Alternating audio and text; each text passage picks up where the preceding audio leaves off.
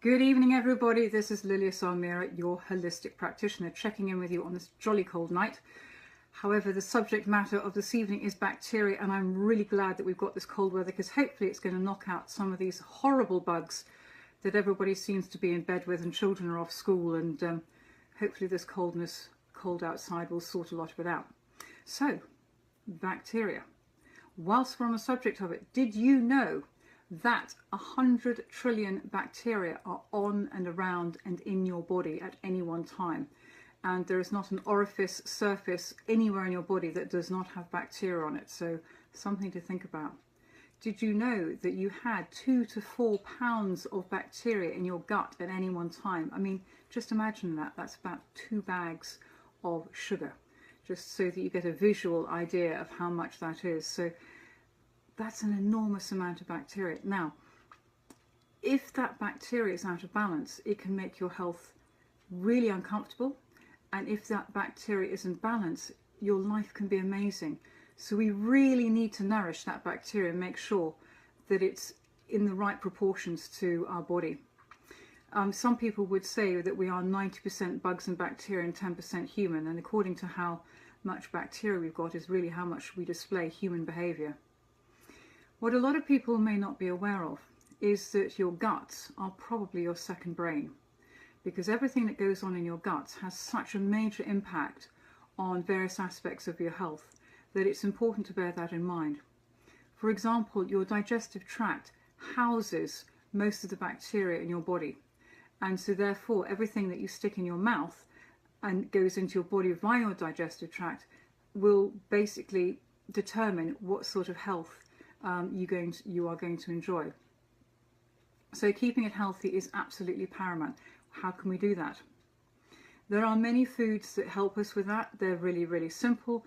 They're things like onions, leeks, garlic, chicory, endive, Jerusalem artichokes. All of these things are called prebiotics, and they nourish the good bacteria. And the more that good bacteria can be nourished, then the more it's going to have the upper hand against the bad bacteria. So we really want to make sure that that's kept in check. So why do we have bacteria, and what does it do? Well, it's really important and fundamental to our health. Your bacteria helps you to digest your food. It's really important for producing vitamins like K and your B vitamins.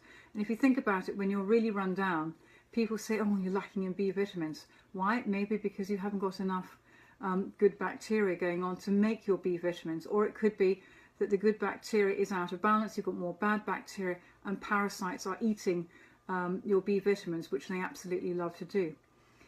Your bacteria are important for regulating your hormones. So whether you've got plenty of jollies and you're really high and happy, or whether you're down in the dumps and hormonally and angry and out of sorts, bacteria is responsible for all of that.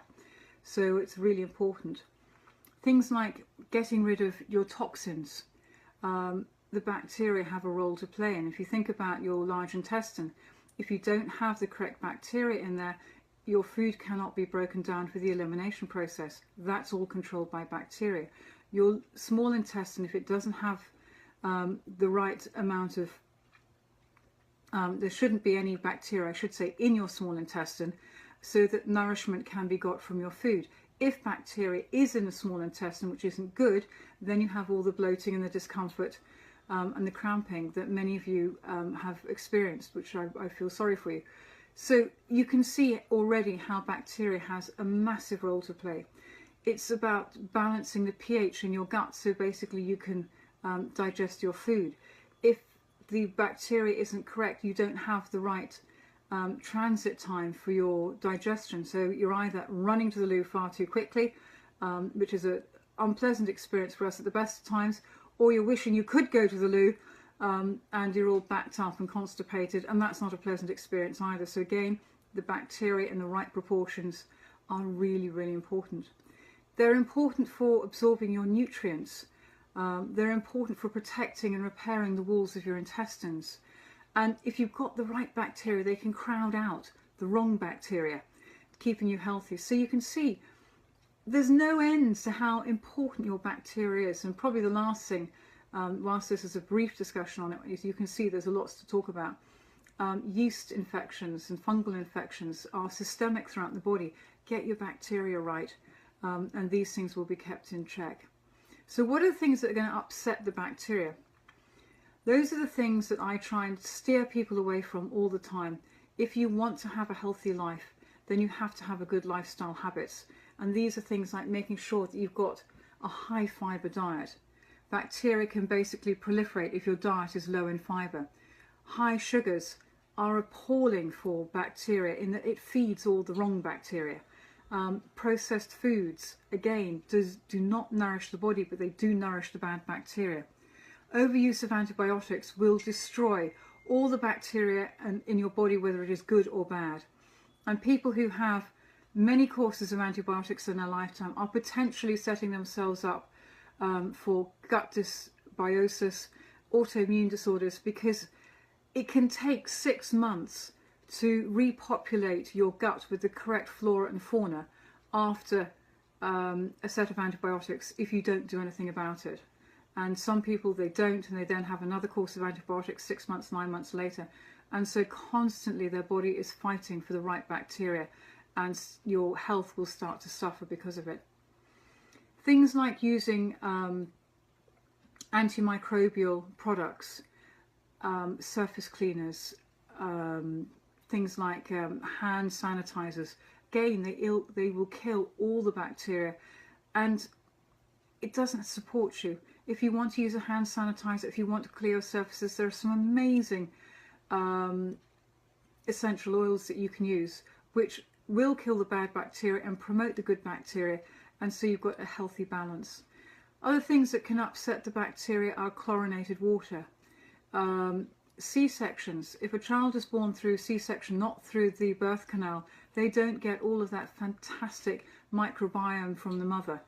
The first microbiome they're going to experience is that of the surgeon's hands from the C-section, then handed to a nurse. So the child doesn't know whether it's Arthur or Martha.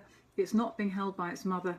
And the microbiome, where is it coming from? Latex gloves? That's not a good one. So again, we need to support children born via C-section to make sure that that right flora and fauna is populated in their guts. How's the way we can do this really quickly? It's really simple. It's really cheap. You can make it at home, and that is fermented foods. Fermented foods will repopulate your gut really, really quickly, and they are really simple to make.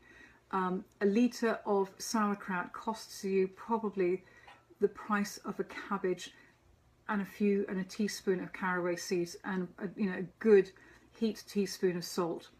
That's buttons. When you consider how much a pot of probiotics can cost you, anything from 8 to 12 pounds to 30 pounds, and you can get a whole litre of sauerkraut for the price of a cabbage pretty much.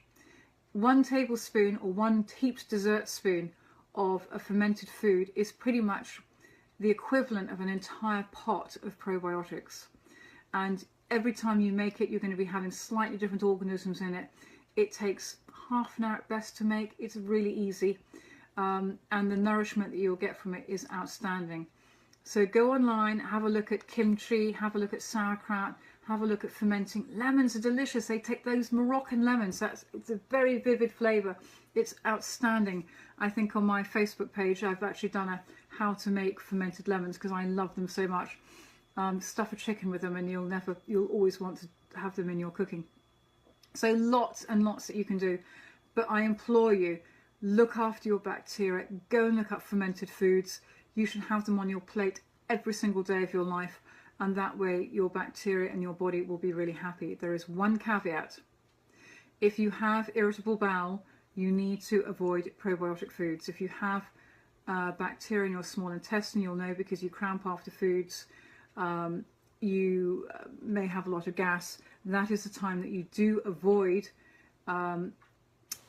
probiotics. You can take a different sort of probiotic. They're called delactate-free probiotics. It's a big subject. For more on that one, get in touch with me because there are some other things you can do so we can populate your small intestine and with the right things that you need so that you have a good outcome when you eat foods. But please look after your bacteria. Make sure you have the right bacteria.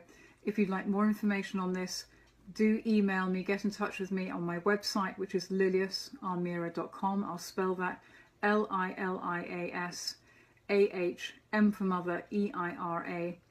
And I'll be delighted to help you. Make an appointment so I can help you in far greater depth. And please share this with your friends. I'm sure there's lots of people who need to know this, and we can help them. So on that note, have a fantastic evening, and I will look forward to checking in with you again soon. Many thanks. Bye-bye.